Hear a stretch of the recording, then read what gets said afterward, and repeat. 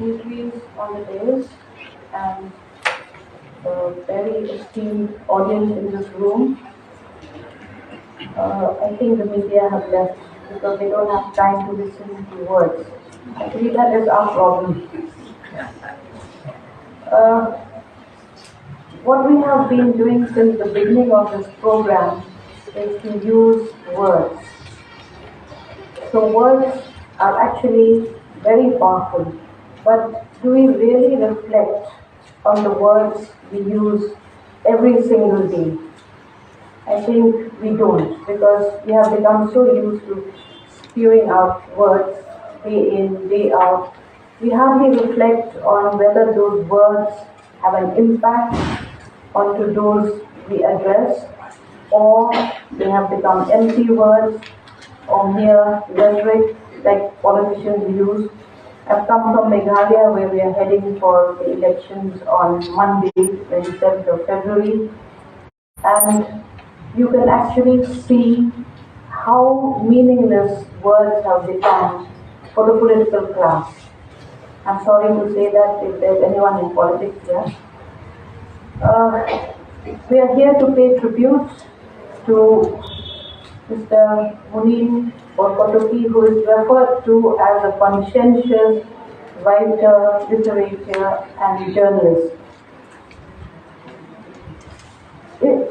If we look across this room, I see that we have quite a few women in the audience.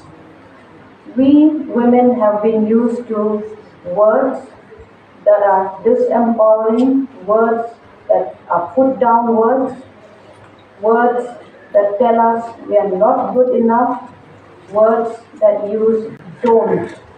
I mean, our parents have used the word don't many times to dissuade us from doing the things that we want to do, merely because we are women.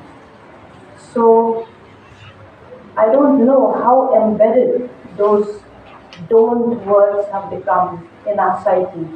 But I think at some point in our lives, those words do play a role in preventing us from pushing ourselves forward. We always think we are not good enough because of those words that were used for us when we grew up as teenagers, as children. Now, words are the only tools of human communication, and therefore they are so very important. And these days we have what we call the social media influencers. All the politicians go to them. Anyone who wants a bit of, publicity will go to these people and ask them to sort of promote their brand. Now, some of these celebrities also, who are not perhaps looked up as much as celebrities that we know today, they are teachers. Teachers are speaking to their students day in and day out. They have a huge impact on their students. Then there is the media. Then, of course, the third category are politicians. Of course, we have writers, but because we are a generation that don't read too much, so the words of writers may not influence us as much as they did in the past. And because words are so important, we have to be so careful with the use of words. But the question here is, what happens when we surrender our cognitive domain, our ability to think? We surrender that to an ideology. And we parrot out even what we don't believe in, because we want to hang on to power. We want to hang on to something we feel we need to, because we need to be somebody in life. And sometimes we are paid to do that. And it's so sad if we sell our words because we are paid to do so. Can we still call ourselves influencers then? And influencers for what cause? Sadly, our education system does not teach us to question. We are not used to critical thinking, and therefore a lot of our young people out there are so easily influenced by social media. And of course, social media is all about the use of words. We use words to convey our thoughts, to convey love, to write, to produce literature that lives long after we are dead and gone. Actually, words leave an indelible footprint in our minds.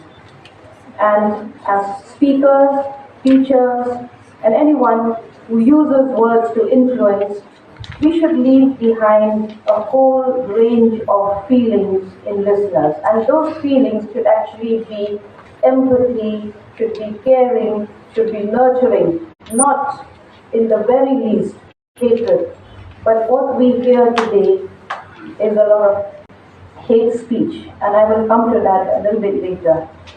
That is why I think, uh, we hear of the words, we hear that we have to weigh our words very carefully. We indeed have to do that if we want to make a positive impact on listeners. Because words are as bad as bullets if they are spoken from a position of superiority, from a position that puts other people down, that condemns other people, that creates enemies. I think then words become like bullets. And words are not just spoken words. As I said to you earlier, we are headed for the elections, and 300 songs have been composed by different singers in Meghalaya to pep up different politicians. And those words are not just to praise politician A, but to condemn politician B. So you're using even songs to put down people. That's the power of words. And of course, the singers are earning good money. That's a different story. Now, words also have energy. They have good energy and bad energy. It depends what words you're saying and what energy you're sending out. Some of those words can kill the human spirit, and we've seen that happen. Words can humiliate, they can rob a person of dignity, they can steal your sleep, they can even make you sick. Think of the times when somebody said some very hurtful words, and you went back home and you ruminated over those words, and then you wonder why did the person say such things. Sometimes it can come from the best of friends, and then we wonder what we've done to deserve such words. But there are words that come from good energy, words that encourage, words that uplift, words that build, words that strengthen. As journalists, I ask myself, do we really weigh the words that we use? We actually have a huge responsibility because we are dealing with words every single day. So what are the words we use? Are we use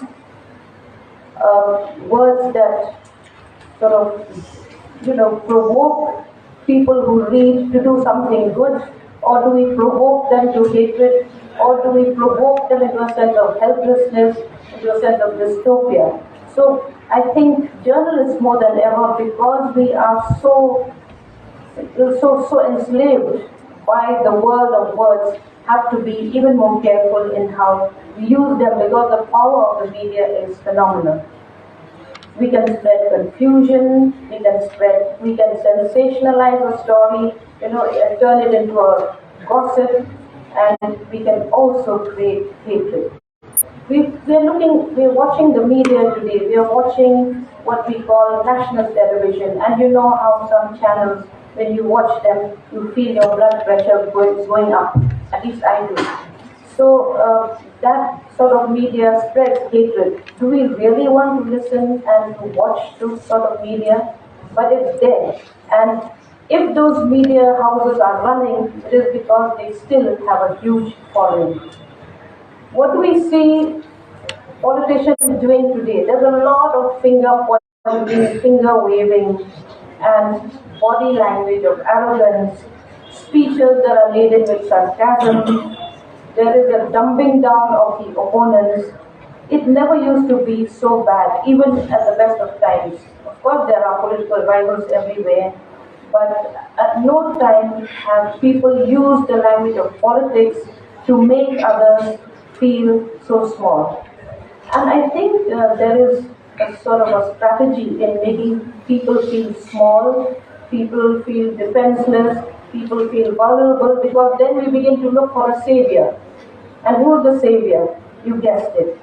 And that's how demagogues are born. We begin to think that there's just one person that can save us. And all of us we are quite powerless. I don't think we are powerless. We are citizens. And we have to be asserting our rights all the time and use words that give us the sense of citizenship. Unfortunately, today speaking up has a cost. Using words has a cost. A lot of my journalist friends, especially based outside of this region, based in Delhi, we are all trying to self-regulate in order to survive. They're very careful with the use of words. They're very careful what they say. It never used to be like this. I think we've reached the lowest point in our socio-political journey. Now, we want to speak up. We really want to speak up, but there are so many arms of the law that are keeping an eye on us. How do we do that? How do we get out of this ecosystem of intimidation? Now we come to the world of text messages. I think every minute you're receiving something on your WhatsApp. Some of the things we get on WhatsApp are very useful. They can be used to many things, but some can be harmful. They can even provoke people to commit crimes.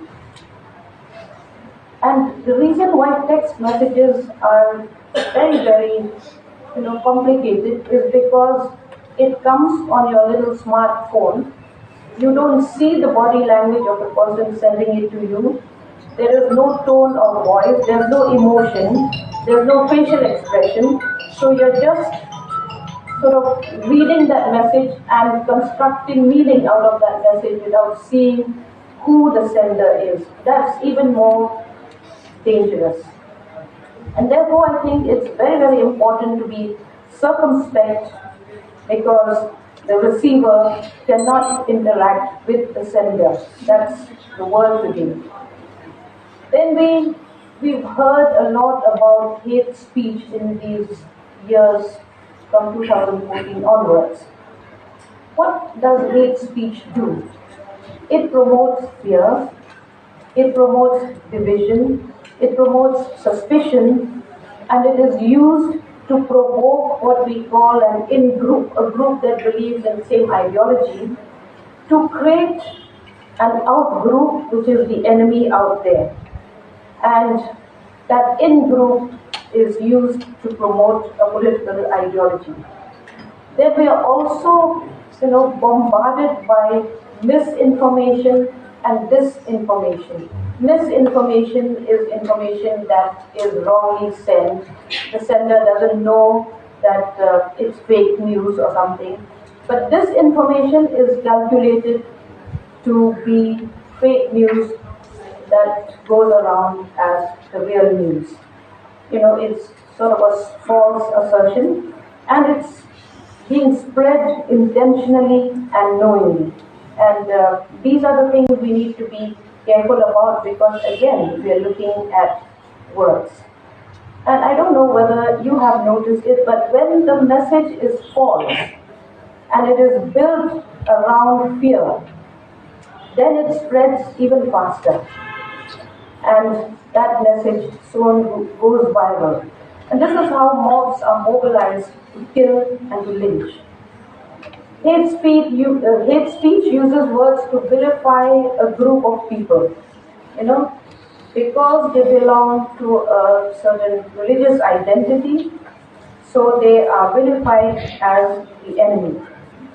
This has led to a lot of rage and killing, and even to the rape of defenseless women. How else would anyone rape defenseless women unless they are so provoked by a certain ideology?